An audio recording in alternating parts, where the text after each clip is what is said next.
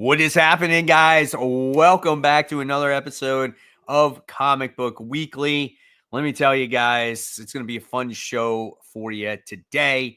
Of course, there's not that much news, but the news that we do have, right? It's a big thing. However, we're not going to 100% spoil it. When we do talk about it, we will let you know. So in case you don't want to know, right? Then you can mute the show until we're done. So go ahead, Kat. We'll probably talk about like the main topic being like, should comics spoil things? So if you want to still like be part of that conversation, you can. But when we talk about the identity of the person, we'll put that banner so you know that we're talking about it. And then when the banner is gone, we're not talking about it anymore. And you could like listen about comic stuff. Right. That's not the reveal. Yeah, we know that Marvel already announced it, but there's people that are staying away from the internet and are kind of trying to avoid it. And honestly, I wouldn't have gotten spoiled, to tell you the truth, if I wasn't scrolling through YouTube and I saw the reveal on someone's thumbnail that was going to talk about it. That's how I was spoiled. So I was just looking for a video to watch and it showed up on my algorithm and there it was. And that's how I was spoiled. Otherwise, I would not have been spoiled because I would have not gone on the internet clicking on sites. So that's how I was spoiled.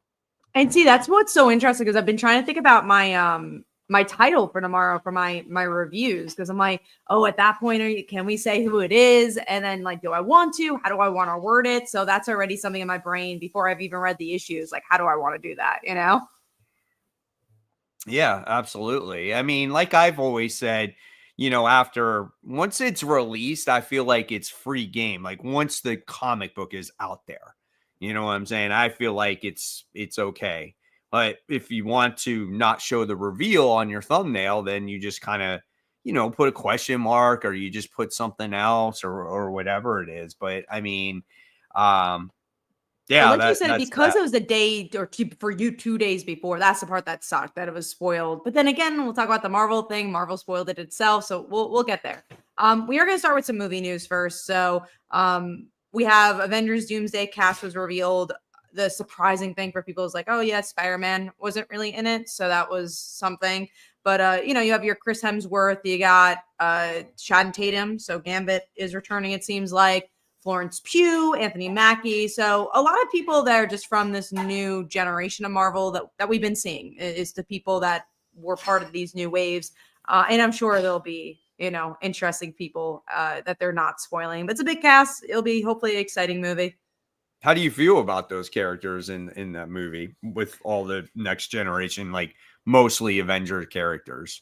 I'd be interested to see how they expand on them. If this movie can be like the original Avengers, like the reason why we like those characters because they had their solo movie, but then we got to see them as people together. So I'm hoping this movie does that. Like I like Gambit. Like I think he was a really fun character in Deadpool. I also even liked Captain America. Like I didn't love the movie, but I liked him and I liked his partner. So yeah, I won't say anyone excites me, but that's also just how these Avengers movies works. I just assume that these are characters that are going to be in it. I thought the surprising one was Frasier being Beast. I didn't know he played Beast in that like end credit thing, and I was like, yeah. Oh, that's interesting. Right? Yeah, exactly. I mean, there's some surprising castings in there when it comes to like. Obviously, you get the return of Cyclops and then Mystique, and you get not even. Who is it? Rebecca Romaine, who's playing the character again, the original Magneto. Like you're like, man, these guys are freaking ancient already. You got Professor X returning again, and it's just like, God dang, like what's going on, But I mean, listen, I'm excited for it. I think that, yeah, maybe their solo movies might not be the best, but who knows? Like you said, what they'll be like when you put these characters all together. It could be a lot of fun. You could get a lot of deaths too. You never know, because this is going to lead into Secret Wars, and you know what happens with Secret Wars. So we'll see. That and also I'm just interested of like the Elseworld characters. Like I was talking to one of my friends today, and she was asking me about the Sadie Sink thing. She's like, "Oh, who do you think she's gonna play?" I was like, "Oh, I think it's gonna be like Mayday. I think it's gonna be like the daughter of Tobey Maguire." And she's like, "You just like Mayday." I'm like, "No, I genuinely think that could be it." Or it's like an Elseworld MJ, but I think the Zendaya fans and me included being that I would not want another MJ because I'm like I have Zendaya. Like why? I no, I'm good. Like especially like Tom Holland and Zendaya. Like, there's no more perfect match. So why would I want another MJ? Yeah, I mean, I don't know what to expect on that either. I just for a Spider-Man movie to be called Brand New Day, I was like, my son actually found out before I did. He's like, Dad, did you hear the new Spider-Man movie name? And I'm like, no. He's like, it's called, and he doesn't have any history of the comics. And so he's like, yeah, it's called Brand New Day. And I'm like, oh no. I was like, oh gosh. I'm like, so I gave him like the whole history and everything about it, when it comes to uh Spider-Man and the whole MJ thing about the marriage being erased. And it's kind of the movie's following kind of suit, you know what I'm saying? Sure. So so it'll be interesting to see like what this whole thing is. Is it going to be a different MJ? I don't know. Anything is on the table at this point when it comes to that movie.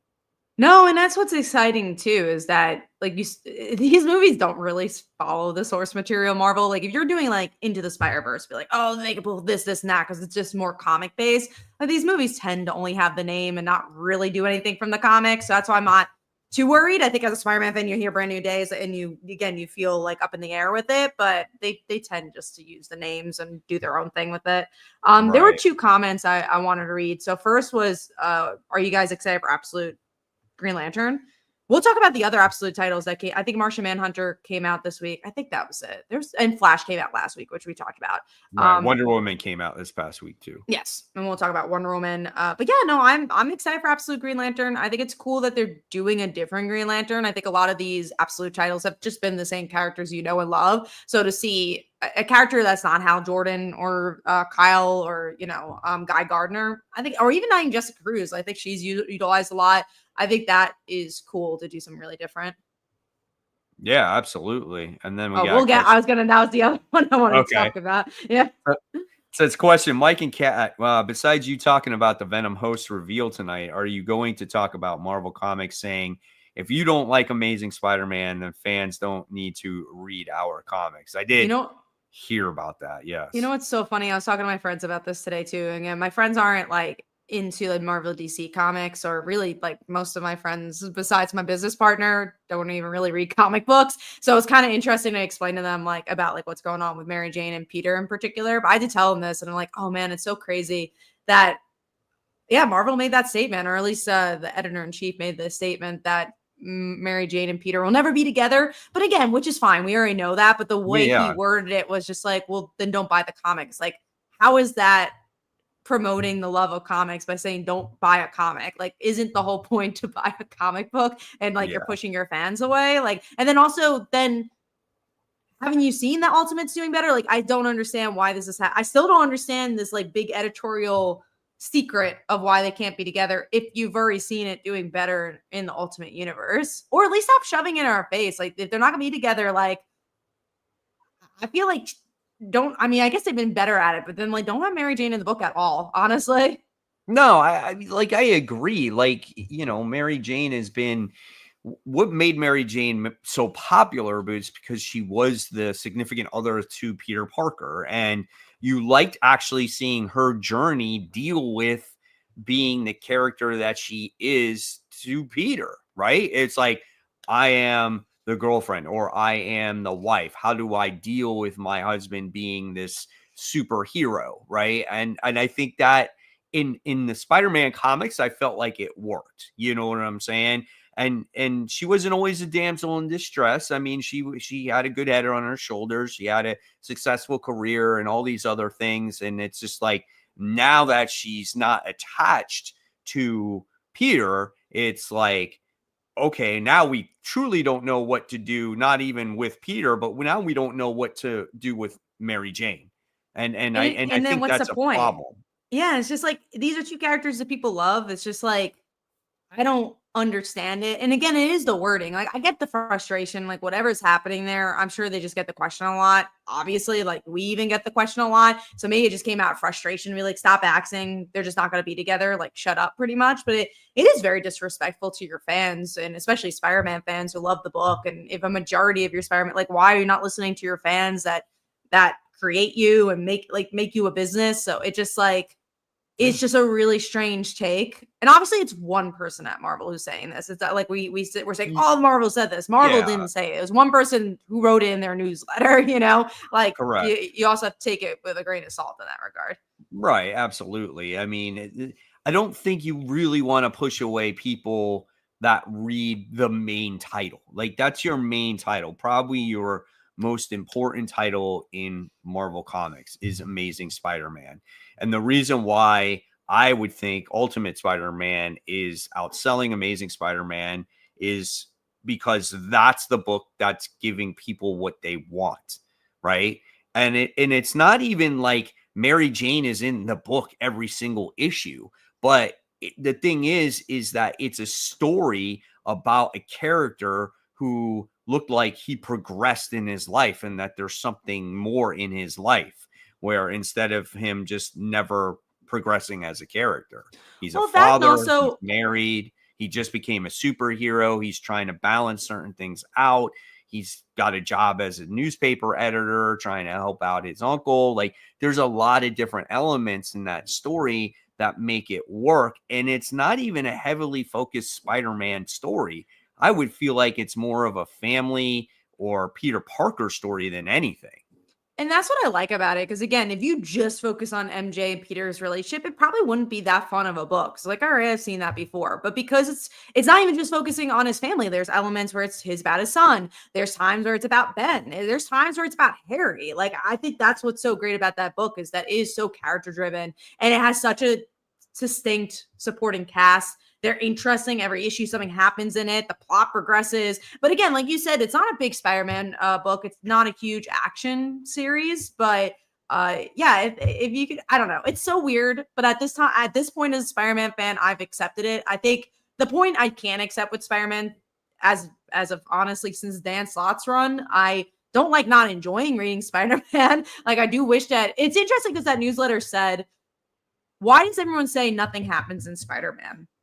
So much has happened. Superior Spider-Man has happened. He referenced one or two other things. I'm like, it's not the point that nothing happens. It's the point that nothing matters. It's just like, you could Yeah. say Superior Spider-Man happened, but that's not doing anything right now. Yeah. Like, nothing feels like it's building on each other. And again, I wasn't like the biggest fan of Dan Slott's run, but something I think he did very well in his run is that things built on each other. Like, Flash Thompson became Venom in that run, and that stayed consistent for 5+ years. Superior Spider-Man, even after he was a Superior Spider-Man, played pretty consistently. So it's just things happening and meaning something for characters is what I'm looking for, not the shock value. Yeah, I mean, his run definitely had character growth, right? I mean, even though he was not with Mary Jane, he still had somewhat of a relationship with Mary Jane until we got to the point of Superior Spider-Man, where he died. Issue 700 came along, right? And it was just then Superior Spider-Man, like Doc Ock, he had the business, he had a lot of money, right? He had that whole situation happen. And then you had Nick Spencer's run, which seemed like it was going somewhere at first, but then it just didn't go anywhere. And then, like you said, nothing happens with the character, like you said, no stakes. And I just feel like that's what needs to happen with him. He needs to have something, some kind of character growth. I mean, I know we've said this plenty of times before, Yeah, and it's like, I haven't felt that since, and obviously they didn't really do much with it, but like Queen Goblin was a really interesting arc, and that was probably the last time I really enjoyed Spider-Man, which wasn't that long ago. But I really liked that she felt like a new villain. She felt attached to certain things. I really liked Norman Osborn being good. I thought that was a super interesting story.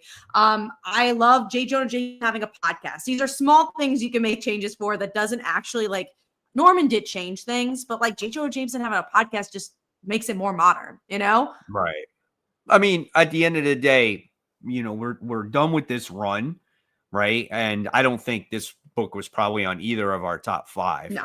And I know Yeah. we're talking about it, but at the end of the day, like, what did this run accomplish? All Nothing. it Even the accomplished girlfriend came back.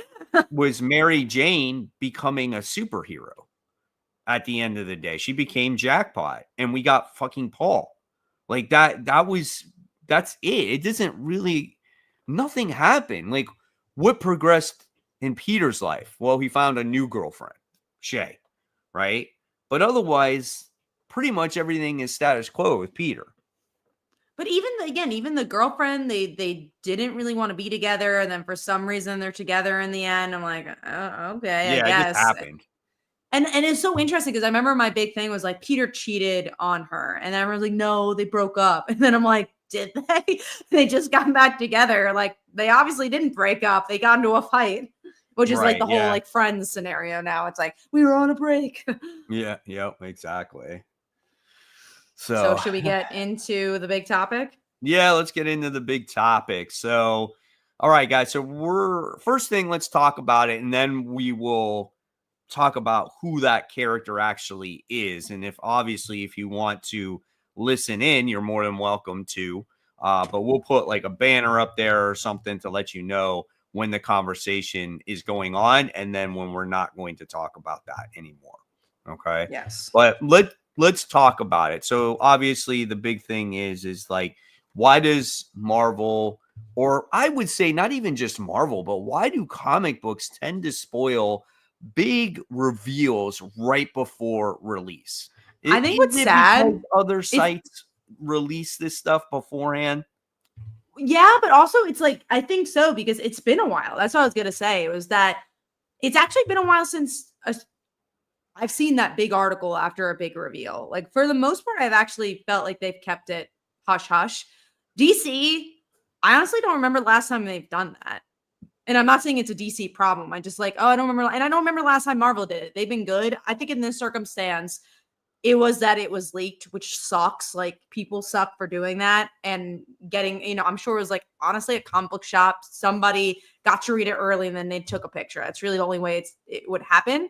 And then people then Marvel had to get ahead of it because I really don't think Marvel was planning on revealing it, but they're like, well, now we kind of have to. And it's funny because me and Mike were talking about it through group chat, and I was saying like, oh, I actually don't read all new Venom, but the identity made me want to pick up that issue because I'm like, oh, I'm curious how they're gonna do it. Like I don't agree with it, but I'm like, oh, I'm really curious about it. So I also do agree with most of the comments or some of the comments I saw. It does up sales. And it was interesting, Mike, and I want to hear your opinion on it, but you actually had the opposite effects. Like, oh, I think it's going to hurt sales because like less people are excited. But for me, Yeah. like I want to pick it up now. Right. I mean, I think like, so for instance, I think from what I heard that people already had the book and they were putting it on eBay. So when you have it on eBay, you see the image on it, right? And so that's how you know. And then we wound up getting that website that did an article on it as well, because you told me it was the website. Because you're like, Mike, I found out who the new Venom was. And I was like, you got to be kidding me. And you're like, yeah. And then I was like, who spoiled it? And you told me. And we're like, figures, right? And we're like, it's just like them to post something like that. And Marvel has been really good about keeping this whole thing hush hush, right? I mean, think about it. You're 2 days out before this book actually comes out. Why can't you wait the 2 days? And it's probably like you said, they're trying to stay ahead of it. And it's a shame because that's the thing that we have a problem with when it comes to comic book these days. Always what made comics so great is the cliffhanger at the end, certain mysteries, big reveals. And when you get that book in your hand and you find out that reveal, right? It's impactful. It hits you a certain way and makes you feel about that comic when you got done reading it, right? It's just like The Walking Dead, when you didn't know who was going to get killed, right? And we all know that it was Glenn, right? Glenn gets killed. And I had someone spoil that for me in my comment section on YouTube. Wow. They said that I can't believe it's Glenn. And I just looked up and I'm like, you gotta be freaking kidding me, you know? And so like I knew it. I mean, even though I still read the book, it still impacted me in a very, big way. But it's not the same when it's revealed to you. Now, I always think, okay, well, maybe it could have negative sales. I think it depends on if you like the character or not, right? But I think it could have negative sales because if you already know who that character is, You might not care. you might not pick it up. You're like, I don't care now, where Yeah. other people are like, oh, I want to really know. Even maybe if they didn't even read the issue previously, but they know that this is the big reveal. And they sit there and go, oh, I need to figure this out. I need to know who this character is. And they buy that one issue. Now that they already know, they might not do it. But since it's this particular character, it might actually drive sales because it's an important character. And I think a couple people in my Facebook group talked about it and said, well, what they should have done is they should have polybagged it maybe in a black bag or something like that with the Venom logo or whatever it is, so you can't see who it actually was. Yeah, and I think something that was interesting, and thank you for super chat comic, Toby. We appreciate that. I think something that was interesting about this one is I didn't see it coming, if I'm being honest. Like, I guess out of the wazoo, just because it wasn't part of the lineup. We'll say that, but we won't go further without saying the spoiler.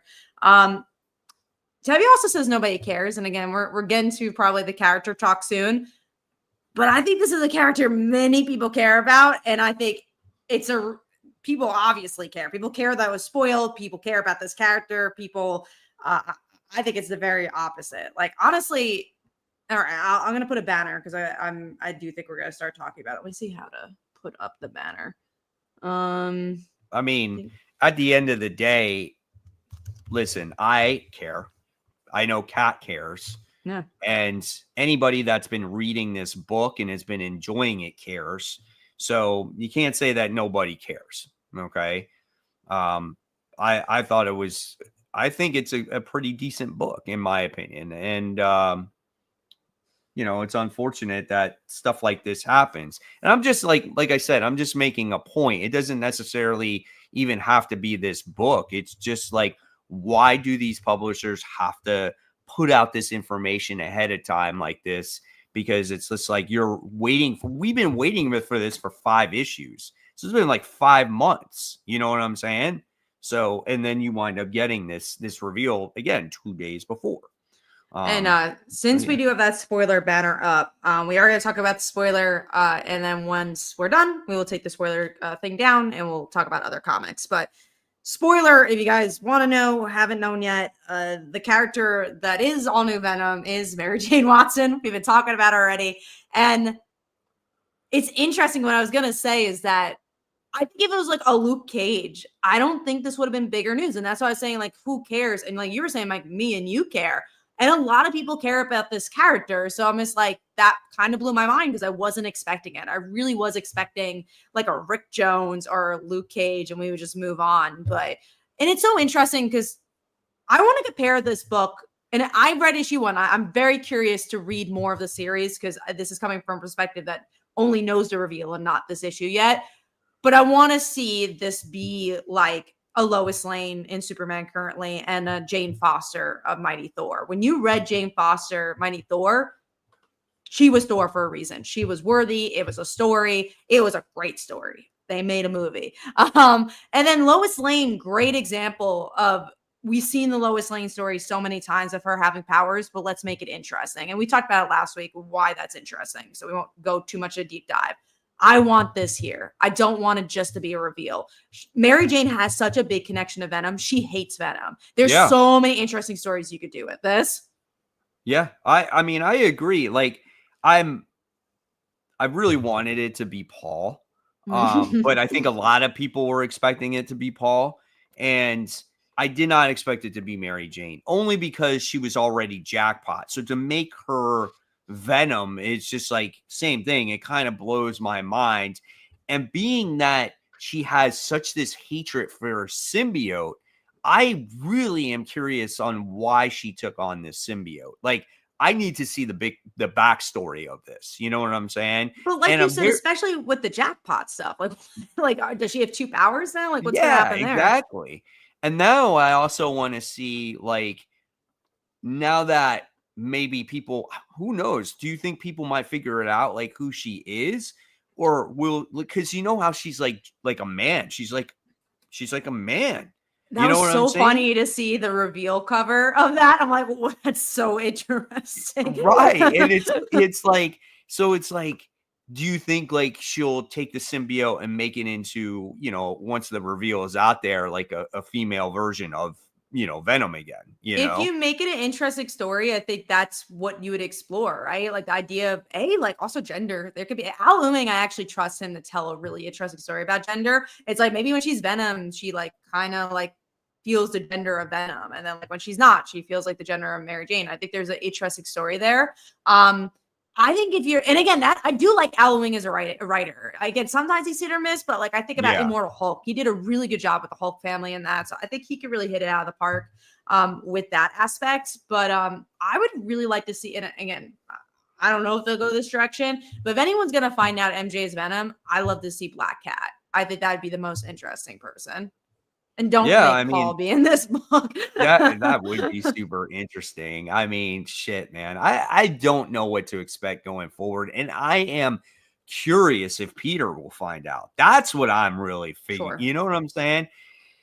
And then, on the flip side of it, when you sit there and you look at it and you go, my gosh, like, everybody in the Spider-Man family is basically has been a symbiote at this point, right? Except Even maybe Gwen. Black Cat. You got now Mary Jane, you have Flash Thompson, you got Liz Allen, you got her kid, you got Dylan, you got Eddie. Like, everybody in the Spider-Man family is now basically a symbiote. And it's kind of like, come on, guys, we can maybe do something a little bit better than that, And again, I don't hate the idea that Mary Jane is Venom or has powers. Like I get it. It's hard to write a character that doesn't have anything. And again, I'll go back to Lois Lane. And obviously Lois Lane, she has the reporting stuff and she's also the daughter of a general, so you get to see her fight a lot. But I think that story just does it so perfectly because it doesn't feel like she's just being thrown in just because, like, well, what do we do with Lois? I guess we'll make her a superhero. It feels so driven in the plot. And her struggles are so much in the plot. Like she has the powers of a god, but she doesn't win the fights all the time. Like, and I think Right. that's so cool to read. And that's something I really want to see with Mary Jane. Because again, we talked about Jackpot where it was a bit Mary Sue. It was just a lot of like, oh, I could do anything. And what is fun about Spider-Man in particular is that he has struggles, but he fights so hard to do the right thing. That is what I'm sure both of us love about Spider-Man. So I want to see the same thing for Mary Jane. Like I want to see those obstacles. And the art's really good for the book too. So I'm like, I just like really want to hope for the best. I want to love a Spider-Man book. It's so interesting because some comments are just like, oh, let's see what happens. And there's other comments that you're gonna see with a story like this. Like, that's horrible. I never change my mind. Read the story because that's also what Yeah. sucks about these spoilers. It's like you make your mind up already. It's like don't make your Right. mind up. Read the comic book. Yeah. Like, I get it. I mean, I know people don't maybe want to see that or thought it was something else. Like I said, I think now that you get the reveal, you got to see how the story is actually going to be, right? Honestly, if it was Rick Jones, Luke Cage, Robertson, right? And Madame Mask, which totally didn't make sense, I would be disappointed because I feel like none of those characters make sense. It would have just completely came out of left field.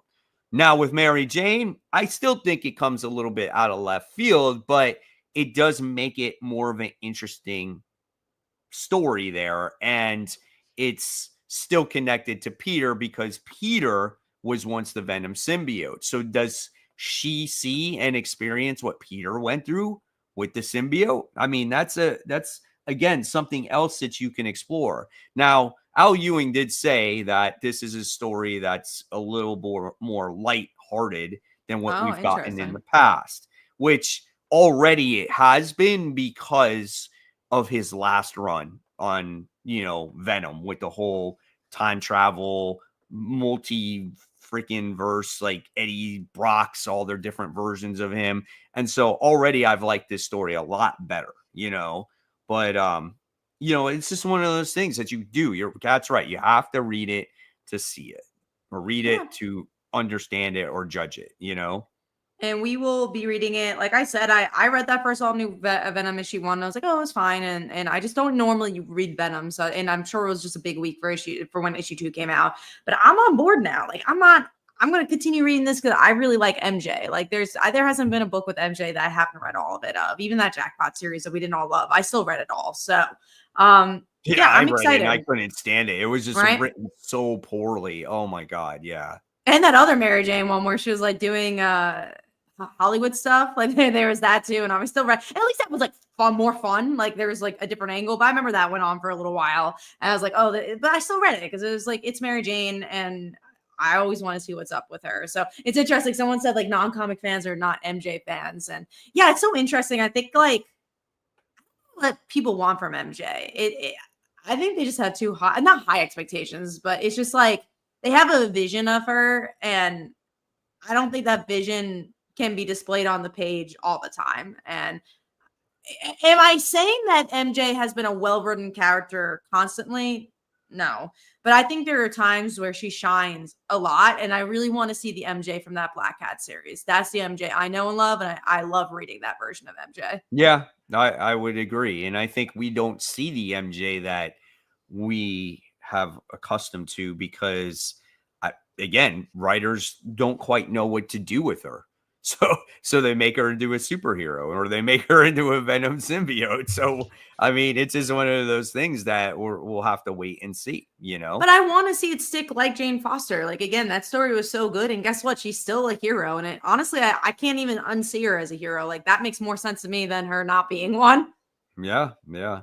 Again, I mean, we'll see what happens. And maybe Paul will die still. I don't know. I hope so. I just and I'm curious on what Dylan thinks too, because Dylan's gonna have to find this out also. Sure. Yeah. No, there'll be a lot of stuff going on. And what's Flash? He came back, right? And where is he at now? Flash is anti-venom. He's anti-venom. So Yeah. that'll be interesting too if that's connected. Right. And you got the sleeper character, which is Liz Allen, and yeah, Liz. No, she's Mayhem. Silence is Liz Allen. Yeah. You got the sleeper Venom, which is the cat. You got, oh my God, there's so many, man. I can't even begin to tell you. That's why I never really picked up Venom very often, because I feel like it has its own little corner of the Marvel universe now where it's like has too much mythos. Yeah, I mean, again, Donny Cates's run was great, and then Al Ewing's most recent run wasn't that great, and now this one is just getting started, so we're seeing. We will see. So that is, I'm going to take the spoilers off. So this last time we're talking about the character, so try not to spoil that for people. So we're going to take it off. I'm going to go to the banners, and then I think before we get into comics, I got a few comics to talk about, to promote, and then we'll go into we'll talk about the gigantic haul, but this was a crazy week for comics. But yeah, let's start with the Dancer. I'm going to pull that up. And you guys can see it. So if you like Batman, I'm going to also screen share it. Here we go. If you guys like Batman, this is a great reminiscent story where it's about a dancer / assassin. She's forced to relive the trauma of witnessing her parents' murder as a child. So it's like her going through that. So it's if Batman actually dealt with his shit. So go check that one out. It's a complete story. So you can read the whole entire thing in one go. Next up. Mm-hmm. Oh, sorry. No, I need to get this. Yeah, Sleeper is Rick Jones. That was actually revealed. Yeah, I think in the last issue, I think it was revealed who he actually was. That's funny that I totally forgot about that. Thank you for reminding me on that. Yeah. All right, we're moving on to the next one here, which is Beast and Snow. It is Snow White as a vampire and Belle from Beauty and the Beast as a werewolf. They fall in love. We have 2 days left of our 3rd issue. This is the origin story of the Evil Queen. So go check that one out as well. And then the last thing I'm going to promote is an opportunity for you guys to get published, get a comic book out there. Something that we love to do is get newcomers into comics, but also collide them with old comers. So for this one, it is a horror witches anthology. I'm gonna grab the form here. So if you guys are an artist and trying to look for work, if you are an upcoming writer, go check this one out. We already have some really big names attached, so we're really excited about that side of stuff. So this is, again, open submissions to find newer talent. We are Ringo nominated for Herology. We've worked with people like Gail Simone, Sterling Gates, so we're really excited about the newest chapter for anthologies, and we want to, again, get as much fresh blood as possible. All right, we are going to talk about comics. The thing I want to mention before we get into the actual comics, I went into the comic book store. A, there was a lot of people because of Batman Hush, so we'll talk about that.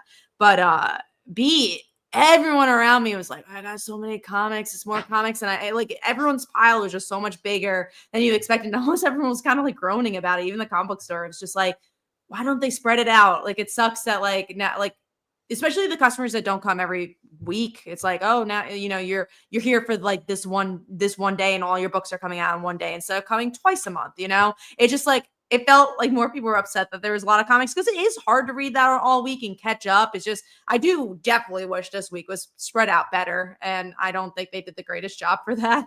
I think they all wanted a little piece of the Batman pie because they knew everybody was coming to the shop for Batman. Sure. So like, oh, if you're picking up Batman, maybe you'll see my book at the comic book shop and then you're going to pick it up. So I have a feeling that's kind of what the business strategy was there. Even though maybe honestly it was the opposite. There were some books that I had to drop because it was such a heavy week where I was like, well, I can't pick this up because it was too heavy. Barlow, mine was also 3 figures. And I'm like, okay. Yeah. I mean, listen, it's 3 figures every week for me. But the thing is that I think I complained last week that I read 30 books, right? This week, I read almost 35 comic books.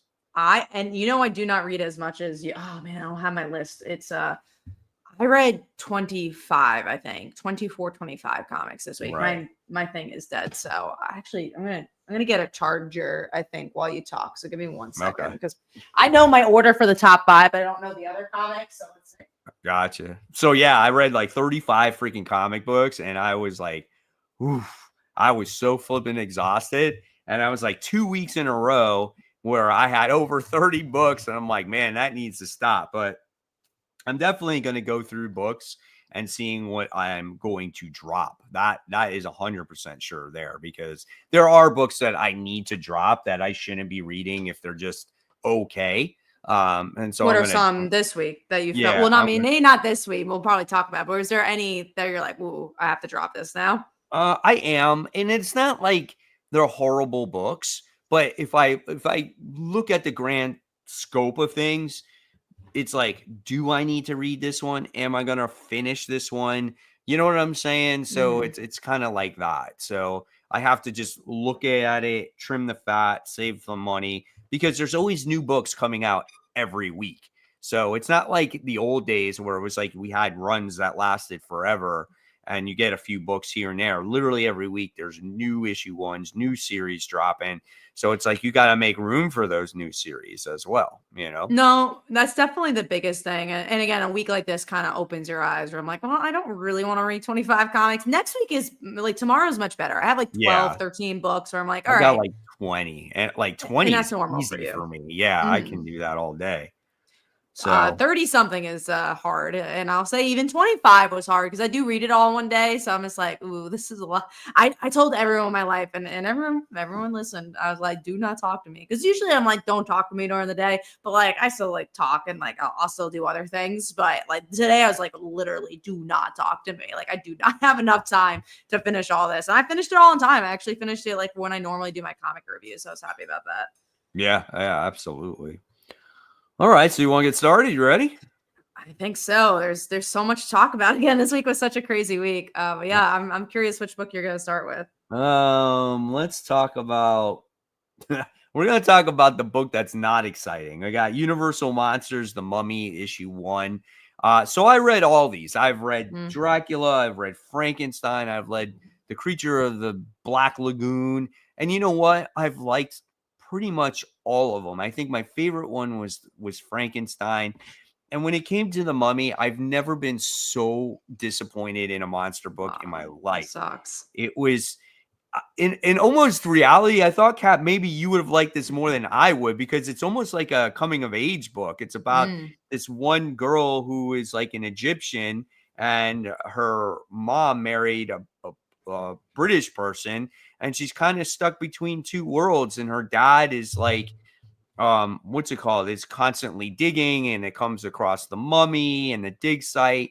And then it fast forwards to later on, like 10 years later, when she's older and she wants to feel accepted in the world. So she's hanging out with these people. She's got a boy that kind of is glamoring over her, and she just wants to be accepted. And then all of a sudden the mummy arises, and then it's like she just passes out, and then she winds up back at her home, and her dad's like, you can't hang out with those people anymore. And I'm like, what the fuck is this? I'm like, this has nothing to do with the mummy, and the artwork is not that great.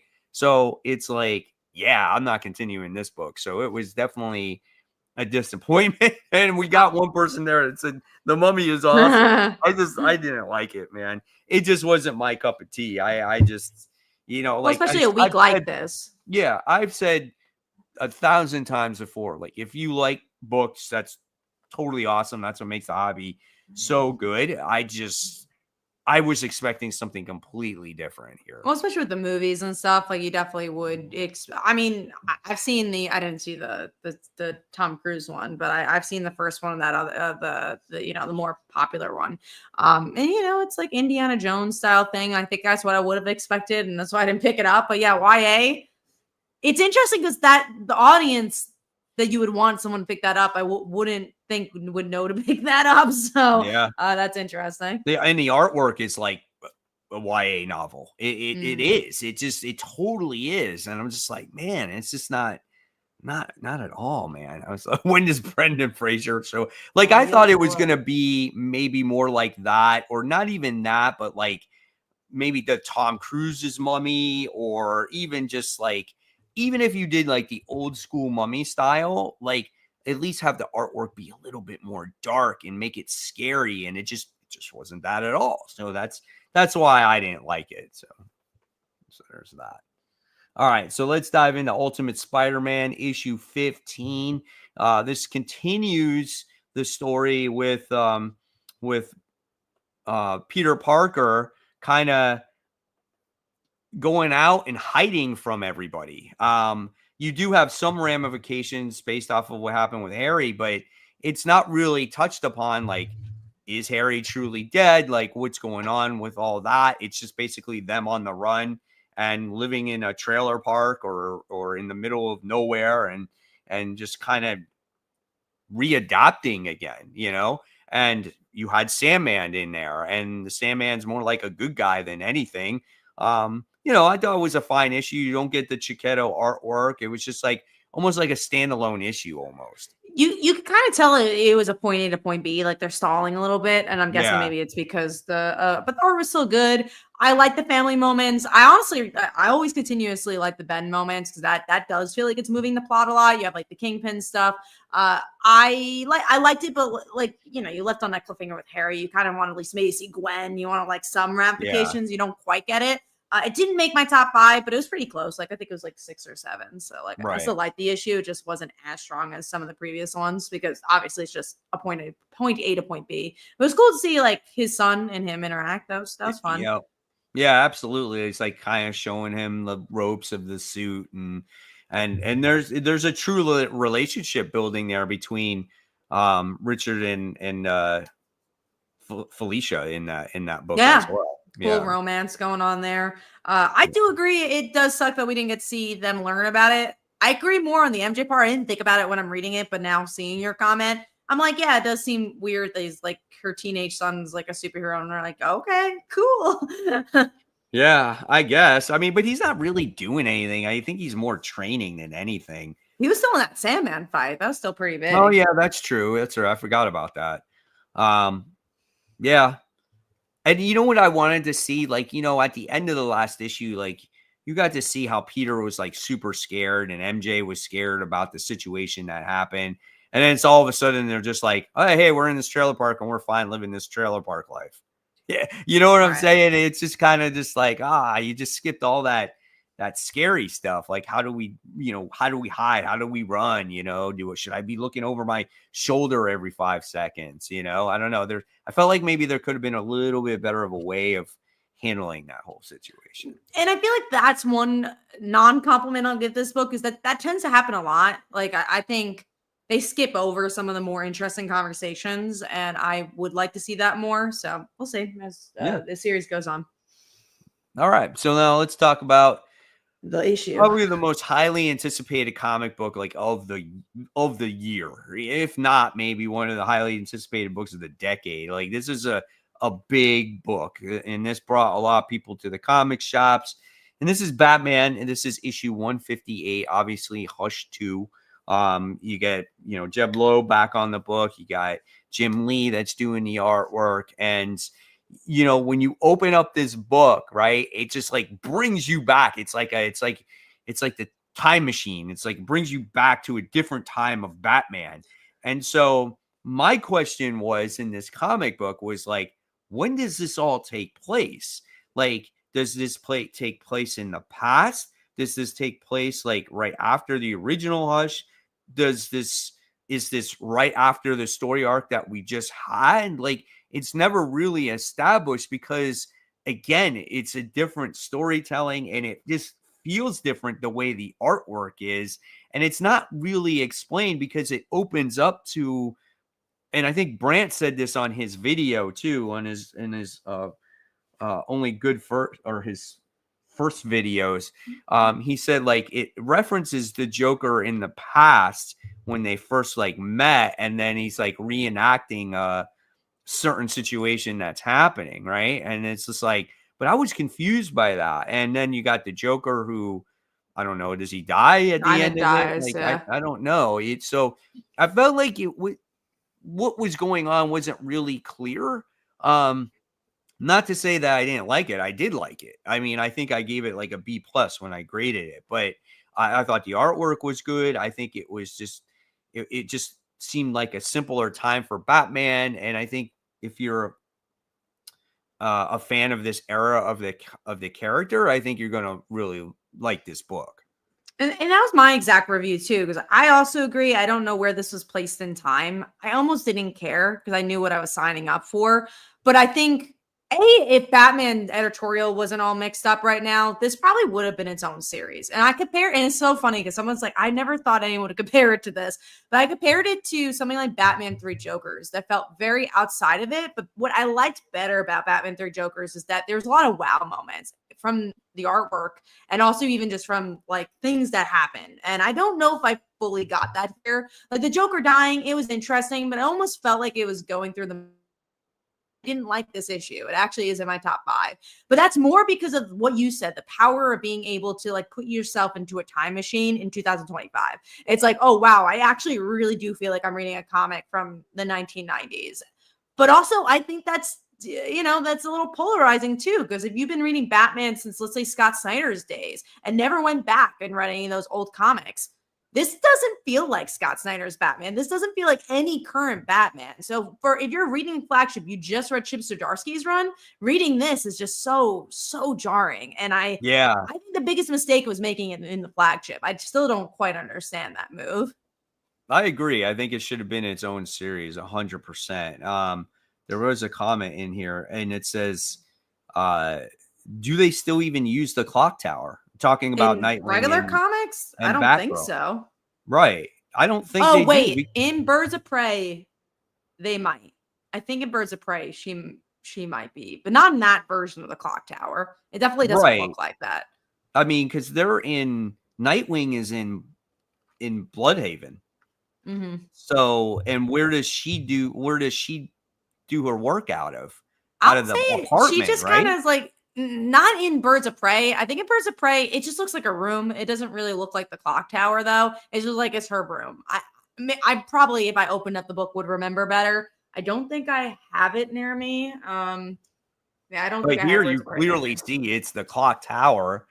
She's wearing her costume, and it's The I don't costume looks know. different too. The costume is The not costume current looks Batgirl. older. It looks Yeah. older. So this might be something that takes place in the past. Maybe not in the like way past, but maybe I don't know, before what we've just gotten. And I do want to talk about that too, because well, to the comment of Joseph says, I feel like a lot of people had too high of expectations. It was good. That was a big comment I saw, is that people did not like this comic. I'm like, and again, I'm not a huge Hush fan. I wasn't really expecting much, so I just kind of got what I wanted. But it was so interesting to see how many people didn't like this comic. Yeah, I mean, but I liked it. I gave it, like I said, I gave it a B plus. I thought it was a fun read. I like seeing Jim Lee's artwork again. And it's kind of a setup issue. We're still yet to see what's going to happen here. But again, no, I think it has to deal with the Batman that we have been reading all this time. And then you get this, and it's just completely different. So, we'll see where Batman goes from here. I'll definitely continue to read it. That's for sure. Yeah. And Sure. you know what? Hopefully it gets better. It's not perfect right from the start, and maybe it gets better from here. So we shall see. Okay. So next book we're talking about is Power Rangers Prime. You can talk about number 5. That's right. Yeah. So what was your 5? Mine was Batman. So Batman Hush. I already talked about it. I don't even know what my number 5 is. I honestly don't even know what I would say like my top 5 in order are, because I had so many great books. I had like 7 really good books, but if I had to give it to one, I would say my number 5 would be the Red Hulk. The Red Hulk for me was absolutely awesome. I thought it was cool seeing Thunderbolt Ross team up with Deathlock and Machine Man, escaping this prison, and the Doombots going after them, and it's just like balls to the walls action. They're trying to get to the top of the prison, and you got Machine Man who's almost dead, and he thrusts him up there with his like feet thrusters, and he goes dead as they get up there. And then all the Doombots come together and they make this big gigantic monster. And now they're going to try to take out the Red Hulk and everybody else.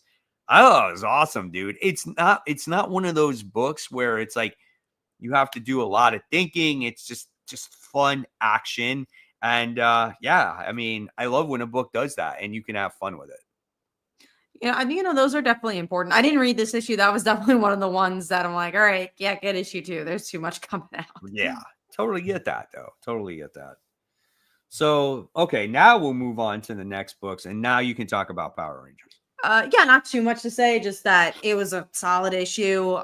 It is the Power Rangers becoming the Power Rangers, because it's like a new set of Power Rangers, and they're introducing the VR Troopers. That was the kind of big thing. We knew that there's a VR Trooper comic coming out, so that was mostly the issue. But I had a good time with it. I always like Power Rangers. Yeah, that's cool. That's awesome. And then we'll talk about Godzilla versus Fantastic Four, issue 1. I had a good time with this book, believe it or not. Again, it was another one of those books where you have 35 books to read, right? Sure. And you you're need a like, palate okay, cleanser. do I need to read this book? No, you don't have to read it. But you got to remember there's these books on why you read comics. And this is one of them, right?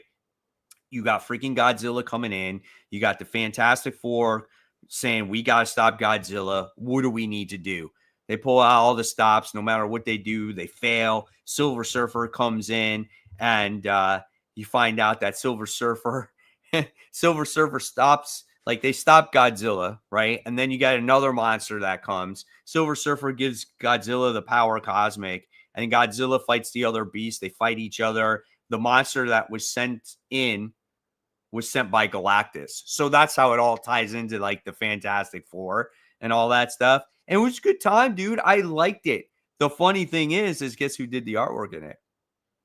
Was it John Romita Jr.? Yeah, it was John Romita Jr. So it was like, it was funny, but it wasn't as horrible as, say, his stuff on Spider-Man. It's also Godzilla. Like, his style kind of fits that. Yeah, it does kind of fit it, but I think since it's a one-shot, Like he had time to do this book.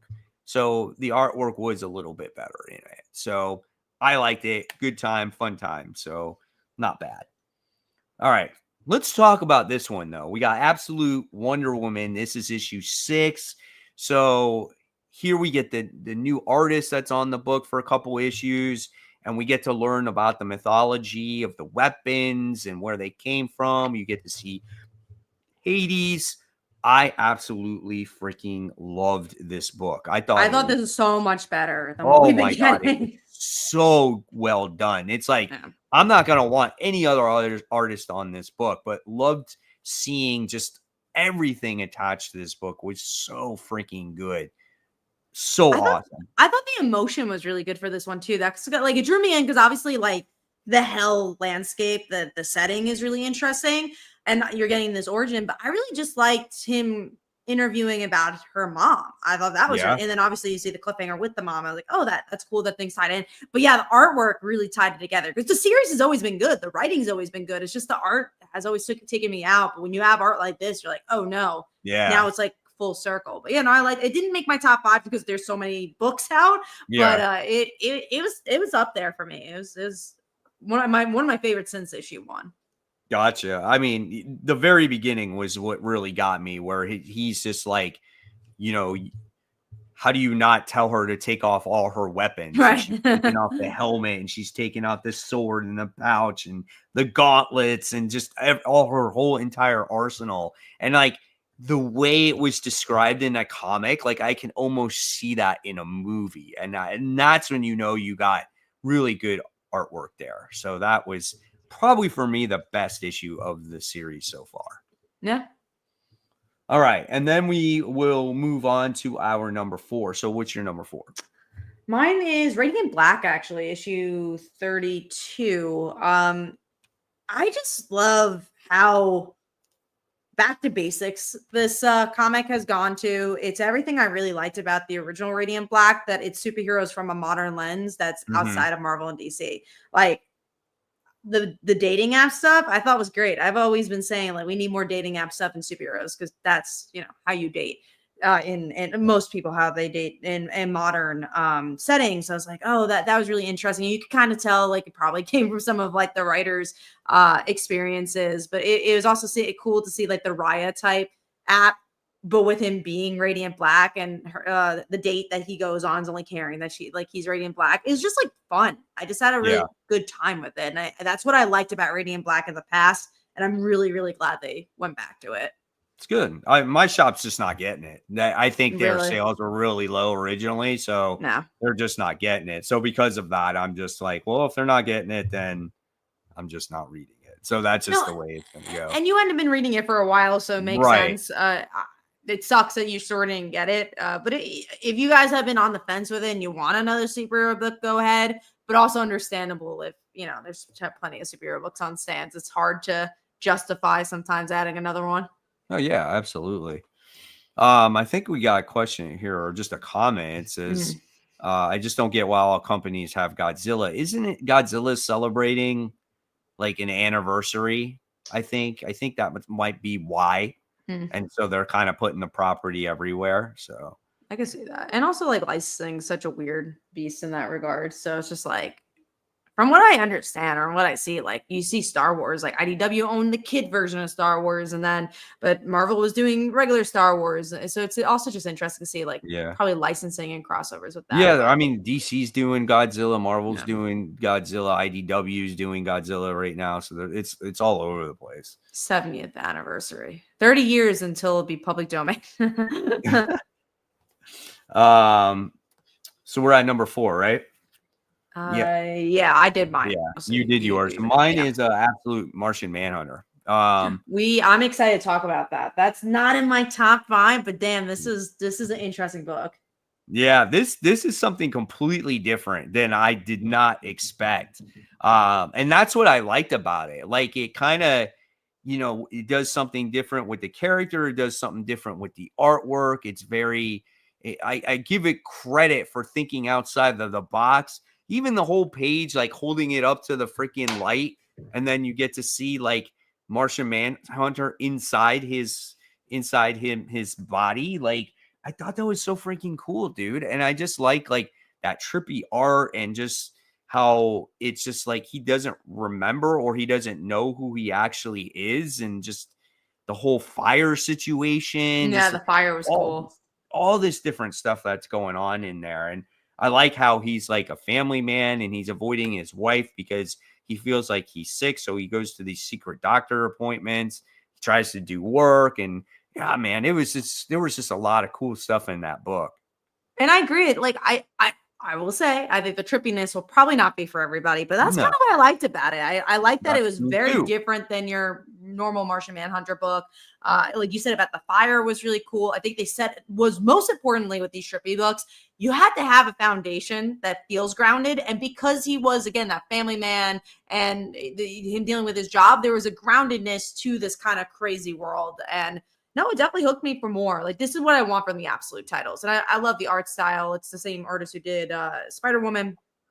So good stuff. I'm definitely going to get issue 2. I really have not been disappointed by an absolute title. They've all been really good. Yeah, they've all been great. And thank you, Comic Toby, for another $2 super chat. And thank you guys for watching. I mean, this is a great show. Hopefully you guys are having fun. You know, if you want to give this video a like, please do so. It definitely helps. And I love the conversation. And thank you for all your comments on here as well, too. All right. So that was my number 4. So let's talk about Absolute Martian Manhunter. Let's talk about Feral, issue 11. So this book is a perfect jumping on point because I don't feel like you need to know everything that's going on. I think it does a great job at saying, hey, there was a car crash. There's a rabies event that's going on. Animals are affected. And you got these cats that are actually like running away, right? And then you get introduced to like 3 new characters. You get introduced to a cat that can't hear, that's deaf, right? And then you wind up getting introduced to another cat and a dog in this one as well. And now they're going to be going to a pet supermarket. And just seeing the reveal of what happened to one of the cats was really sad, but it was very action-packed. It's very suspenseful. It's a horror comic at its finest. It's so well done. Absolutely love this book. Yeah, no, I love it too. Again, in this week, it didn't make my top 5. I think the reason being is like, I want to go see the supermarket already. I think that's going to be a really cool issue. So it is a bit of like, you go from the grandma's house to now the supermarket. So it's a little filler in that way, but even the filler issues are great. They're always pretty character driven.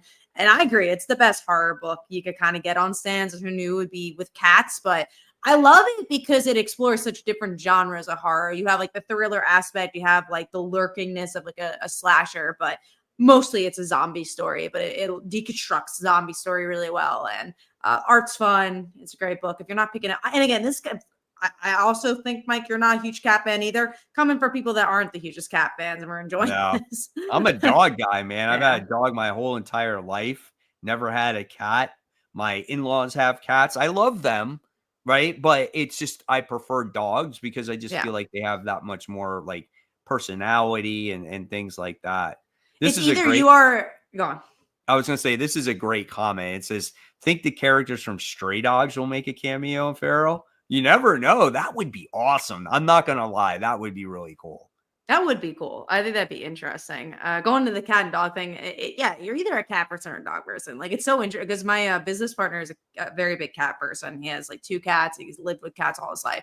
And I'm very much a dog person. So when I see his cats, like, I love his cats. I've known them since they're like little kittens. Like, I very much care about them, but I'm not a cat person. So like, if the cat like goes upside down, I'm like, oh, that's cute, and then I'll like walk away. And then when I have my dog and he's in my business partner is like, my friend, he's like, oh, that's cute. Like, she did that thing. I'm like, oh my God, isn't she the cutest thing in the world? And then look what she did. And it's just like, it's just, you're a cat person or a dog person. It's like whatever dog I see, I'm always like, oh, it's so cute. Yeah. Like, I want to pet it, even if it's of a big dog. I don't even Right. care. I just love them. I do love a dog. I did see, oh, thank you about the quote. That was cool. So if you guys didn't know, I have a quote in the back of Feral. And I actually saw Tony Fleeks the week before, like at Emerald City Comic Con. He's like, oh, you have a quote in the back. I was like, oh, that's so cool. So yeah, get the issue just for my quote. That was cool. I was gonna say something else. Oh, I saw another comment. So something about Craven.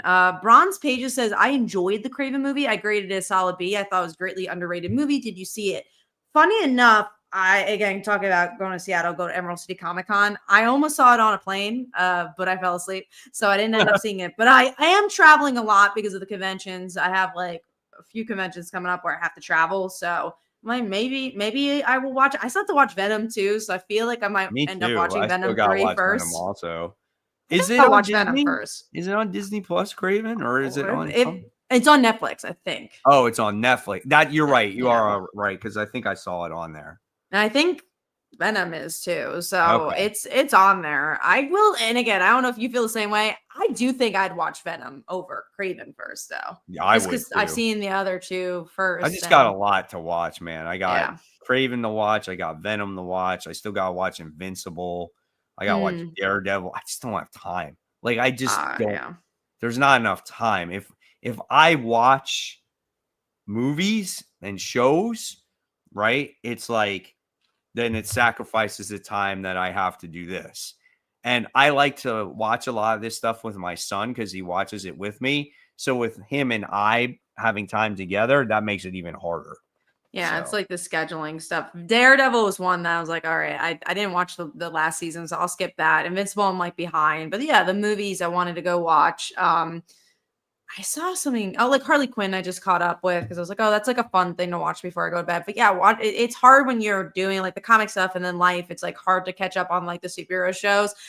I will say I've been making more of an effort this year to watch like movies in particular because last year I was so bad at it, and it's something I enjoy doing as like a break. So we've been better at like go and use our AMC stuff. So that's the only way I'll get to watch a movie is if I go to the movie theater and watch it. Because if I don't, when I'm home and I genuinely have 20 minutes to myself, I just want to kind of zone out and do nothing. I'll watch a movie before I do a show because a show there's a lot more commitment. A movie it's like 2 hours, hour and a half, and then it's done. You know. Yeah, exactly. The movies are a lot easier. If I'm watching a show, they tend to be shorter. It tends if I'm watching a show like while I'm working, like I'll watch like Abbott Elementary. That's an easy one. I've been watching that Netflix show Adolescence, which is like about this kid who like kills somebody, and like you get to see the whole entire thing about it. It's good, and I heard it was good, so that's why I was like, all right, let me watch that while I like do work, and I'm like halfway through that. But yeah, for the most part, like if I'm watching TV and it's just me, it's like Top Chef or something like that. It's something like a reality show. Yeah, exactly. Before I go to bed. Exactly. And that's what my wife watches. So it's like the TV will be on, and I just watch that stuff with her. Yeah. Like she watches Kardashians, so I can tell you everything about fucking Kardashians. I can tell you that much. Probably more than I do because I haven't watched Kardashians in a long time. So, and because I feel the one thing I'll say about the Kardashians, and we'll go to something else, is the reason I stopped watching is because they went on Hulu and they're like, well, now we control our narrative for the show. I'm like, that's not a reality show. I want to know what's going on in your life, not what you're cherry picking about your life. They do show a lot of stuff though, and it's pretty much almost the same thing what it was before. But the good thing is now is like it's more uncensored, so they can curse and they can do all that. Oh, that's cool. So it's better that way. I'll get back on my Kardashian binge, but I watched the first season of the Hulu one, and I think the second season I was like, all right, I'm good. Yeah. It's all right. All right, so let's see, where are we at? So we talked about Feral, Absolute Mushroom. Oh, okay, here we go. Amazing Spider-Man. So we talked about it a little bit. So this is it. The end of this official Zeb Wells run of it with Joe Kelly writing a story to close it out. Again, I feel like this was just a story that was told because it was attached to an event. That's basically what this was, right? Dr. Doom gave him a power. He had this power, and this is what happened. Overall, the story was flat. It didn't really accomplish anything. The only thing that it solidified is that he's still with this woman. Which no one really cared about. He hooked up with Felicia again, and they're like, they make it a thing too. Like, don't make it awkward, okay? And it's just like, why did you even have to go there with that? Like, especially because it was one issue. It was off panel. It was just so strange. So I will stupid. say, and it's so interesting. This out of the 20 something books I read is my least favorite book. It's so bad. It was It's so so bad. bad. It's I just didn't because like it's it. so disappointing. Because the Yeah. art is good, and then him becoming Juggernaut, I'm like, why? It has no plot purpose for him to become Juggernaut. Yeah. It was just one of those books where it was visually looked good. There was a couple of moments in there that were okay. But it just, I don't know. It just, and I would totally say that also it doesn't help that I'm not that magic person. Like we talked Sure. about it. I'm not a huge sorcerer supreme guy. So for Spider-Man to have magical powers, it just doesn't make sense for the character to me. Because if I want to read that, I will watch or read Doctor Strange. I will read magic. I will read the magic-based characters. So yeah, there's that. It wasn't my favorite either.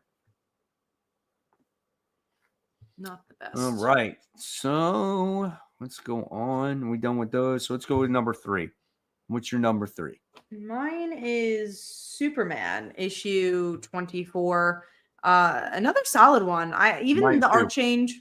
Oh, good. Okay, so we both Yeah. have his number 3. I thought Lois was great here. I thought the Super Core selling pieces of Clark was interesting. I liked what they're doing with Lex here.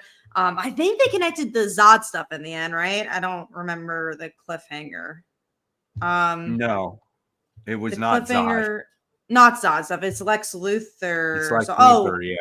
yeah. But there was some, not the end. But was there a moment in this issue where they connected the pieces that Lois's power comes from Zod? I Because don't I thought think that happened in this issue. so, because they were so focused on it The was Super selling Core the stuff weapons, the black market to the black market, and Mercy was the one that sold like it over. Superman said that you're fired, and she's like, no, I don't think so, and that Lex was weak, and here's the new Lex, and so this is a clone of Lex, and it looks like he's going to be the evil one now.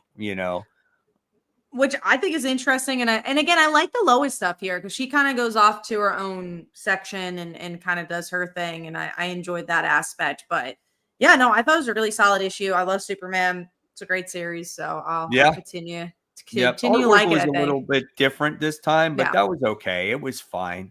It And we're was good. building issue 25 too. We're building to, I'm sure they're saving the artists for that. And their Yeah. summer of Superman, I think, comes out really soon as well. Yeah, absolutely. This was a good issue. I really like that cliffhanger. Honestly, I didn't see it coming. So I was like, oh, did they really go there with that? I like this comment. I seriously thought that Peter was going to end up hooking up with that Styra demon chick. That would have been interesting. Yeah, that would have been cool. It would have been they were cool to pretty look at. tight. Huh? It'd been interesting to look at, but I don't know what that relationship would go past past the interesting visuals. But Right? I mean, yeah, he's hooking up with some weird chick like that. Oh man.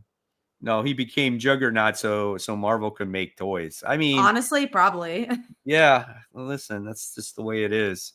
Or sell like video game skins. Yeah, right. I know. All right, so let's talk about what do we got here? X-Men. Oh, X-Men Manhunt. X-Manhunt Omega. Ooh, yeah, we can talk about that. Yeah, let's talk about that one. As a non-Krakoa fan, I was like, oh, maybe Krakoa people like this more, but that was like they really wiped their hands of Professor Xavier. They're like, okay, bye. Yeah, I say it's like it was so weird too. It was like, of course he's not going to die. It's like, what's her name is going to do surgery on his brain while they're flying in an airplane, right, or in a ship, and then like freaking Cyclops has an anxiety attack and Wolverine stabs him.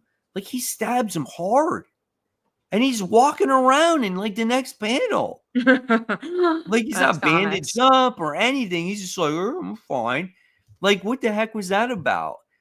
But I mean, at the end of the day, it was a story to get to Jonathan Hickman's story because it leads to Imperial. That's what's going on in that book. Which I don't know if I'm gonna pick up. I'll see. It looks very spacey, so I know like the Nova has to do with stuff with that. And this whole Manhunt thing, I didn't really love that much. So I don't know if I'll pick it up, but we'll see what type of week it is. If it's one of those weeks where nothing's coming out, of course you're gonna pick up the big issue #1.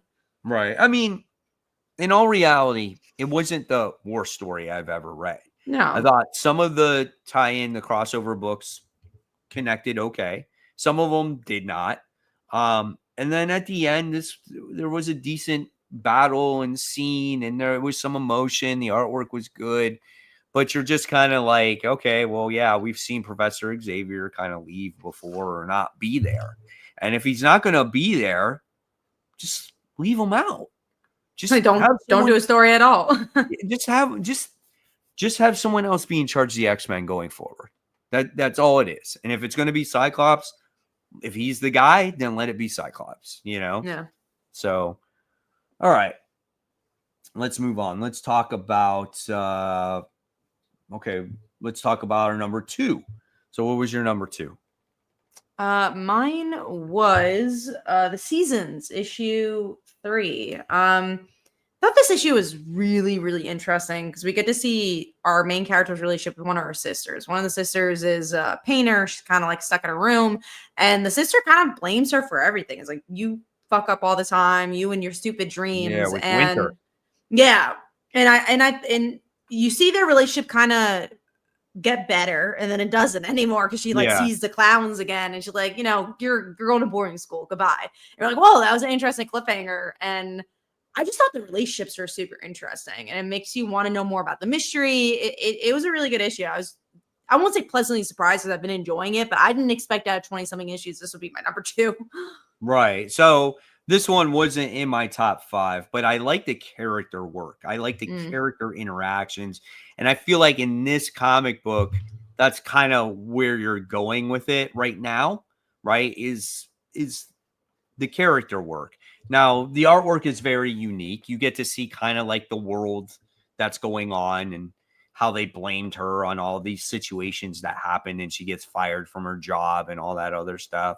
But I really want to know at this point now, like, we're 3 issues, and I want to know what the circus is. Like, I'm done with that mystery. Like, I want to know what it is, how it's caused havoc, and all these people to die and all this other stuff. And then just interested to see how Rick Remender is going to take it there.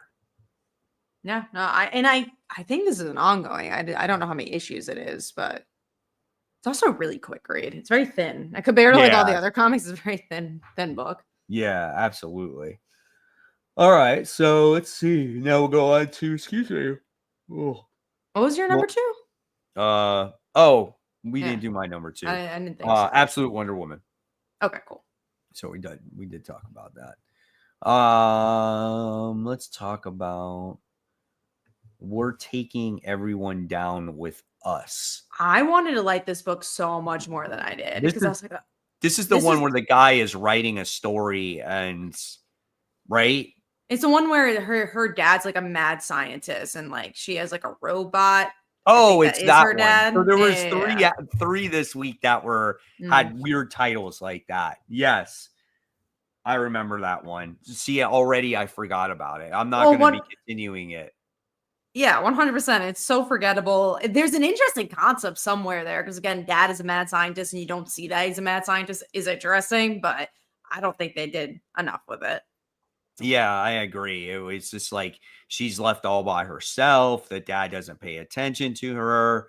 She has these robots that play with her, and she wants to go play with the dad. And then he kind of is like, well, your mom's not here anymore, and I got to do this work. And then it's just like, and then he's like, okay, fine, let's go play. And then she goes in the basement. There's a guy down there. And you're just kind of like, and then it becomes this like spy type of book thing. It just, I don't know. There was too much like nagging from the daughter to make me really care about the main plot of the story. Sure, yeah. Right. No, I agree. It didn't suck me in, even though I like the art. We do have a question here because I don't think it's on the list yet to talk about. I didn't personally read it, but did you talk about kids? So if you want to talk about that one. I read it, yeah. And I have it right here. And I thought it was like, this was one of the books that were like tied into my like top 5. Nice. Like if I had a tie, this would be it. So This was a good book. Really it was. So because it's kind of like an apocalyptic book that lasts like 24 hours, right? And so what the kids is, Kat, is a book where we have a mother, a father, and they have a baby, and the next thing they wind up doing is they have a neighbor across the street, and one of their kids say, "Oh yeah, it's like she's like the witch that lives across the street." And I think 3:30 is the witching hour. Am I right? Is that when the witching hour is? Let's look it up. Witching hour. I don't actually know. Yeah, between 3 and 4 a.m. Okay, so at 3:30, all of a sudden you hear the weird noise in the baby's room. And what happens is all the babies wind up going from 1-year-old to like 20-year-old adults, but they have the mind of 20-year-old, the mind of 1-year-old babies. Okay. And so they're all running around the whole time. They're naked. They're just screaming, yelling, trying to go after their parents.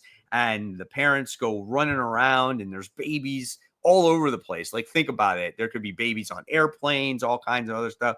And it's just the whole freaking town goes absolutely chaotic, right? And then they try to retreat into a hospital, and the babies are in the hospital, and it just like they come tumbling downstairs. It's creepy. It's just, dude, it's freaking weird, but it was really good. And then at the end of it, right, when the next door neighbor goes with them, which is considered the witch lady, right, she winds up actually dying. And as soon as that happens, all of the people became babies again. So it's like, was she attached to this whole thing that happened, or was it a coincidence? And again, this is just a one-shot story. And at the very last panel, the baby starts talking like a human, like you and I. So in the last, and that's how it ends. So you're like, okay, well, now what happened to these kids? I mean, it was intense. I really loved that book. It was a lot of fun, man. It's interesting that comics are doing more one shots like that too, because obviously a Cam Girl, which I don't think I ever talked about, but I love that book that you recommended from AWA. I thought that was great. And it was a one shot. It was just like telling your a complete story. This also sounds like a good horror complete story. We were talking about the creator of Beneath the Trees did a one shot this week. I did not have a chance to pick it up because again, there was a lot of comics. Unfortunately, yeah. It was too big. It was like 58 pages or something like that. Too much to read, yeah. Yeah. And then again, a one shot's hard because like I like a one shot in the regard of, again, it's a one and done. You kind of get the full story, but then I also, when you're reading comics, you're like, oh, I kind of want the serialized story because that's like the point of comics. So it's always hard. The one shots really have to grab me when it comes to a story, or they have to be connected to something I already know. So like Marvel and DC, when they have a one shot, it's easier. Yes, the answer to that question is yes. So it is part of that imprint, and definitely worth the read. If you have not read it yet, I would definitely go and read it. You have to read it to really get that full effect and experience out of it. The weirdness. Fun. And it is oversized, unfortunately, but the artwork just screams in your face, right? Mm-hmm. It's awesome. Just like the babies. Yes. Okay, so let's go down to Doomsday Division issue 1. I didn't read this. All I can say is I'm not reading the second issue. This spent half the issue just like talking about Luna Snow on her next album. And I feel like she was on this, like, she was in this book because she's a big character in Marvel Rivals. So like they highlighted her a lot in this book. And the first part of it was them fighting this like random like dragon creature. And you got introduced to even more characters at the end of it. But none of the characters really had a chance to shine, or did they give you a really good introduction to these characters? And honestly, not everybody knows these characters to the point where it's like, oh, they have their own team book. It just, I don't know. It just wasn't for me. So I'm not going to continue that one. Yeah, I didn't even pick that one up. And then we got the Peacemaker presents the Vigilante Eagly double feature issue 1. So I did read this book. This is interesting because I know you haven't seen Peacemaker, so this must have been one wild ride for you to read. Because, like, I'll say I love Peacemaker. I think it's a brilliant show. I think it's great, but this side of Peacemaker is not that interesting. It's like the character that, in my opinion, I don't think as many people liked, and that's the Eagle. Like, the people I want to see is Peacemaker. There's Right. also like some agents that are in the show that are super interesting. Like, I want to see them. Yeah, Amanda Waller's daughter. Like, there's so many interesting people in that show that is not vigilante and eagle. So, as a Peacemaker fan, I didn't think it was too necessary. But as a non-Peacemaker viewer, what did you think? I actually found it funny because I could tell that this was focused around him. So Correct. it's like if and I even said this in my review. I was like, if you're expecting to see Peacemaker in this book, you're probably going to be disappointed because he's not the featured character. It's Vigilante. And when I read about this guy, I already found him hysterical because he like freaking uses axes to kill people. I thought that was hilarious. And then like he's a busboy at a diner, and this waitress wants to hook up with him, and he just takes things very much in a different way. Like, I thought that was funny, and I thought he was a funny character. And the eagle character, the eaglet, like sitting in the seat next to him on the airplane, shit like that just makes me laugh because it's just so stupid that it's just funny because the eagle's just standing there, sitting there on the seat, and nowhere in any way, shape, or form they would allow an eagle on the airplane, right? But he's just sitting there and he's looking at you and he doesn't talk or anything. And He's his fucking pet. Peacemaker, and he's having this like hilarious conversation with this eagle. It's just funny in my eyes. I'll say if you like this, I know you said you don't have enough time for TV shows, but there's any TV show you should catch up on, it is Peacemaker. Even all these years later, I'm like, it was a really good show, and it is going to continue at some point. Right. But I like that it felt very self-contained. It's a very funny show, but also it's very emotional. Like John Cena, like kind of shows his range, and it has like an interesting plot. Like there's some good cliffhangers in it, and it's pretty short. It was like 8 episodes, so it wasn't No, it that's wasn't not too bad at long all. either. So I think if you like this, like definitely watch that because you'll see what I'm saying. Be like, oh yeah, that is weird. They went that direction, but like I get it. Like obviously Right. because they don't want to spoil the second season, so that's why they're Sure. like, oh, let's do something that's like a very side story. Got it. Totally. All right. So I think now that takes us down to our number one. So what was your Yes. number one then? You're gonna be really surprised. I was surprised it was my number one. It was Black Canary, Best of the Best. Wow. I thought That this is was a a shocker. right. You didn't like this issue? I don't read it anymore. I haven't read Oh, it, and I haven't read it since issue 1. okay, so if you Yeah. what happened in this issue was that we get to see the fight between her and Lady Shiva, but it's also this flashback between Black Canary and her relationship with her mom. So you get to see like if the mom was hard on her and there's like some interesting notes in there. And then the end of the issue, the mom dies of cancer, and it's like, oh, I'm gonna like try to get you back. So I'm curious there's one more issue left now, and it's just like, oh, like is this what the battle's about? Is she trying to like make her mom survive? I just thought the intercuts were really good, and I really liked the emotion. It snuck up on me, and Mhm. it's interesting because I really didn't love Wonder Woman this week, like the Tom King Wonder Woman, and it was interesting to see something that Tom King wrote. And as we get like, oh no, this is the version I like of him a lot, where it's just very succinct and like to the point. And Wonder Woman is not that. It's Right. all the reasons that I don't love his ongoings. It's just like nothing happens. It's really Exactly. slow. It's like poetry. And I'm like, oh, that's not interesting. This is more interesting to me. Gotcha. That's cool. I'm glad this was the end, right? I know there's one more issue, Oh, I there is one believe. more? Yeah, Oh, one wow. more. Okay.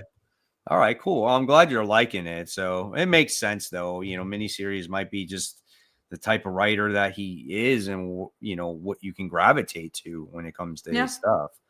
I did read this, I don't even know the what is that. Fulamati. Oh, Which, it's the Deadpool. yeah. Okay. So I want to tell you, Kat, Mm. I know it's not in my top 5, but this was a really freaking good book. It was Like, better than the Harley Quinn fart book. oh my God. It was totally two opposite ends of the spectrum for me. So this book was about Deadpool, and his daughter is in here. And Is it by Cody Ziegler or is it no, it's not. okay? It's by a completely different writer, but the writer wrote Deadpool perfect and his daughter perfect. And they wound up going and meeting all these other Deadpools, and they sent him out on his mission, and he wanted to be accepted in this group, right? And it was a story about his daughter, about feeling accepted, wanting his Nice. daughter to make him feel like he's important besides just being this bounty hunter or whatever it is, you know. And I really enjoyed it. It was hilarious at the same time because they have all these different Deadpools in the book. And it was just kind of fun seeing all the stupid Deadpools at the same time. But It's a it one was shot or a yeah, miniseries? yeah, it Okay. was a one shot, and it just, but it had heart, you know, and I really feel like with Ellie being in this comic with Deadpool these days, I feel like it really balances the character out, you Because know? he has someone to talk to too. Like, Yeah, it's just like when he only has us to talk to, the audience. It's just like, oh, he's too, like you said, it's too comedic. I right. do agree. Like, she grounds him a bit because she's funny, but it's like she's a normal human amount of funny. Right. You know, and then he's like over the top. So I'm glad it was good. It was not on my radar by any means. So again, I There's don't the know if I would have writer picked it there. up, but This was they Alexis. put it in our comics. Yeah. Okay, Alexis Cuzzarano. And that's cool to see like a newer, or maybe a newer writer to Marvel write something like that. Because if it was this good of an issue, then they will have a chance to write a mini series, and maybe that mini Yeah. series will be great and then The grow into artwork something was else. great. It was just a very creative story. Just really fun. It surprised the heck out of me. I'm glad. All right. So number one comic for me was Feral. Once Okay. again. Yep. So I really enjoyed it. So, like I said, I had a lot of books that I really enjoyed. It was hard to pick the top 5 and the number one big book because any of those books could have been number one at any given time in my It was a eyes. good week. I'll say that. It was, it's nice when you read that many books, and there wasn't even like a horrible book for me. Again, the lowest book was Amazing Spider-Man, and it still Spider-Man, had right? good art. Like, it's nice to read that many books and be like, wow, no, this was actually a solid week. So Yep. and again, I'm happy for tomorrow that we're having, a bit more of a reasonable amount of comics. And I did look at the rest of April. I'm like, okay, that's a little bit more reasonable. Right. Okay. So let's talk about our most anticipated then, because we Yes. all are happy that it's a lighter week, so it gives us a little bit more some breathing room. We don't have to rush so much. Maybe digest some of these comic books a little bit better. I'm just going to talk about Brant's top 3 here first. We got Valiant Beyond Exo Manowar issue 1. So Valiant coming out with a book. And then we have I Was a Fashion School Serial Killer issue 1, which that's on It's my on mine list, too. Yeah. or that's on your list. Sorry. Hmm. Which I am looking forward to that book as well. And then he's got Absolute Green Lantern issue 1. So you, for top 3, you have Absolute Green Lantern issue 1. I can't believe you put this on number 2. Concert of I Champions have issue to. 1. And then you have I Was a Fashion Serial Killer. So talk about Absolute Green Lantern issue 1. What are you looking forward to the most about that?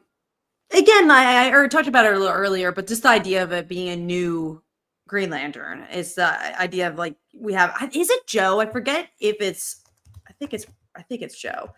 I Or it thought it might was be a Joe. new, but I think it's Joe. It kind of looks Yeah, like her. it's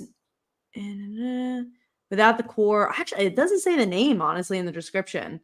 If you guys know in the comments, let us know. But I'm pretty sure it's her. But either way, she's a character that's not a Jessica Cruz, a Guy Gardner. It's someone that's not as explored. So I'm excited Right. for that aspect. And again, there has not been an absolute title that has been disappointing to me. I hope Right. it doesn't start here, but even Hopefully Martian not, because Manhunter.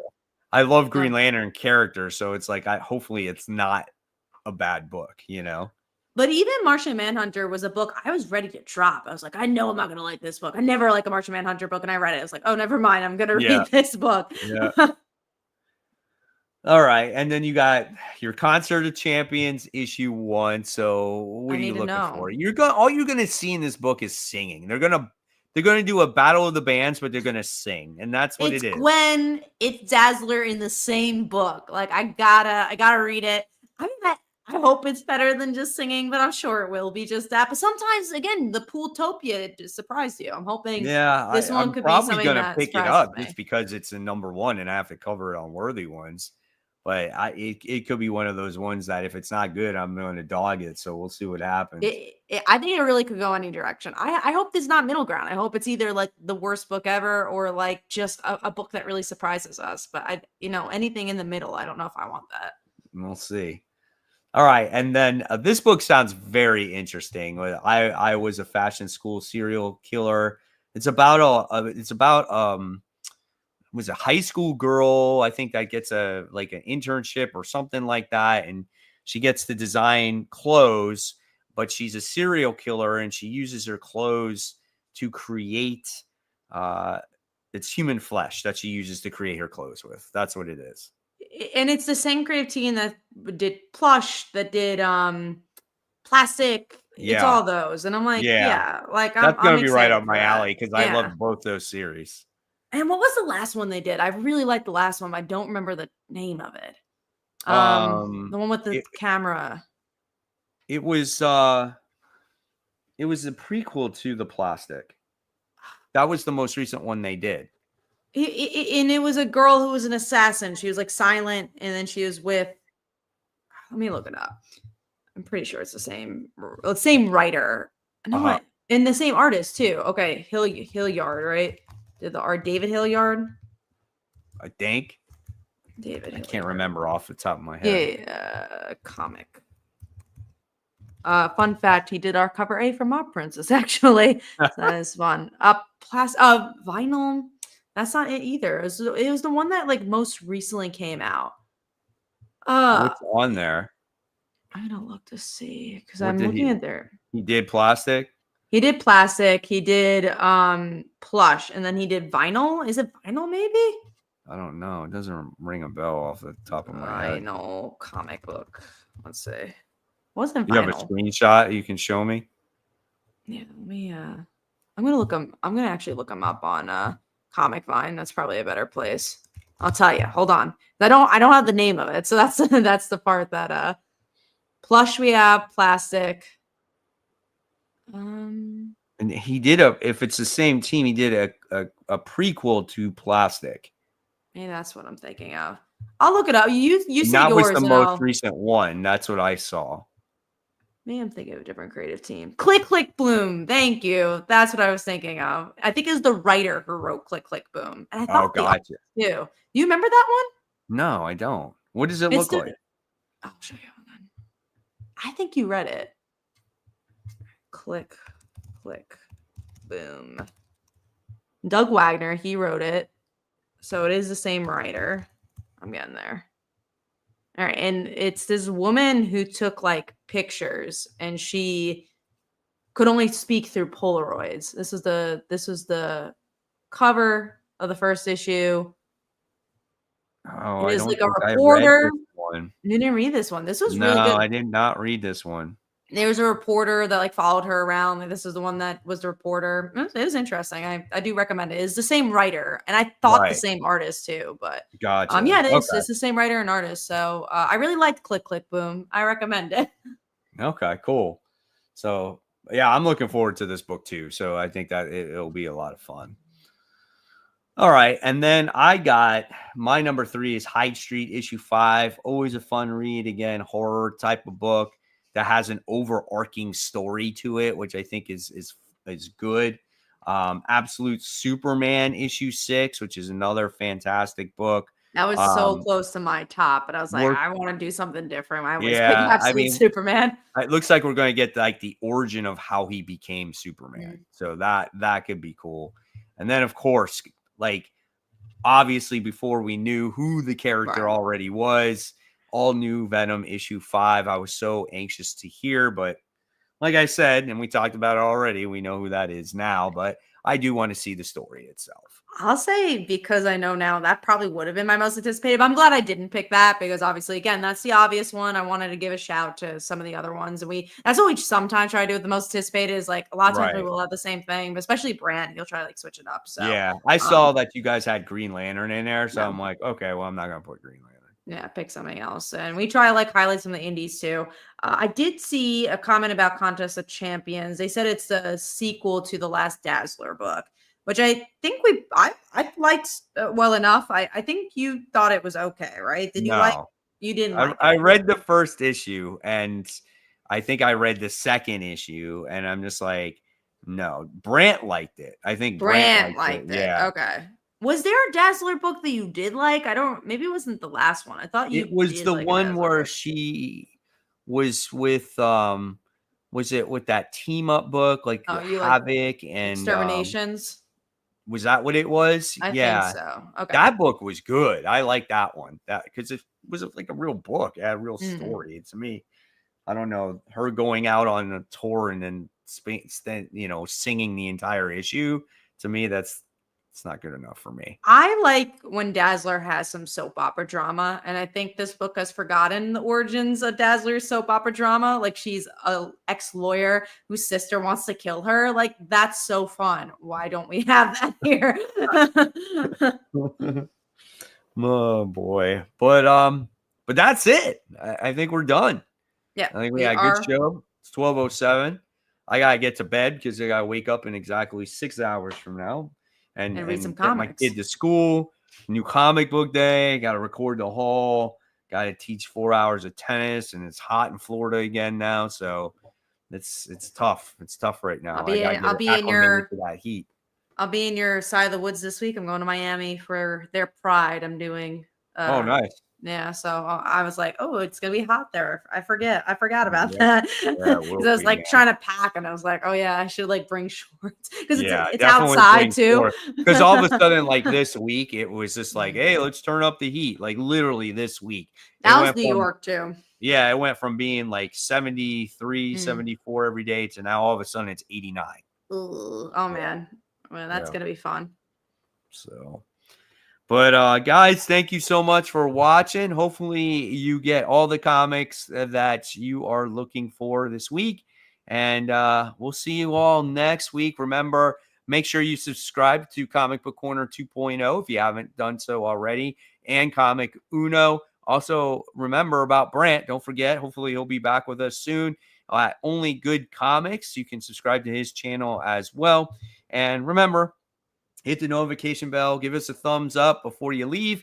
And guys, we will see you all next week. Take care, everyone. Good night.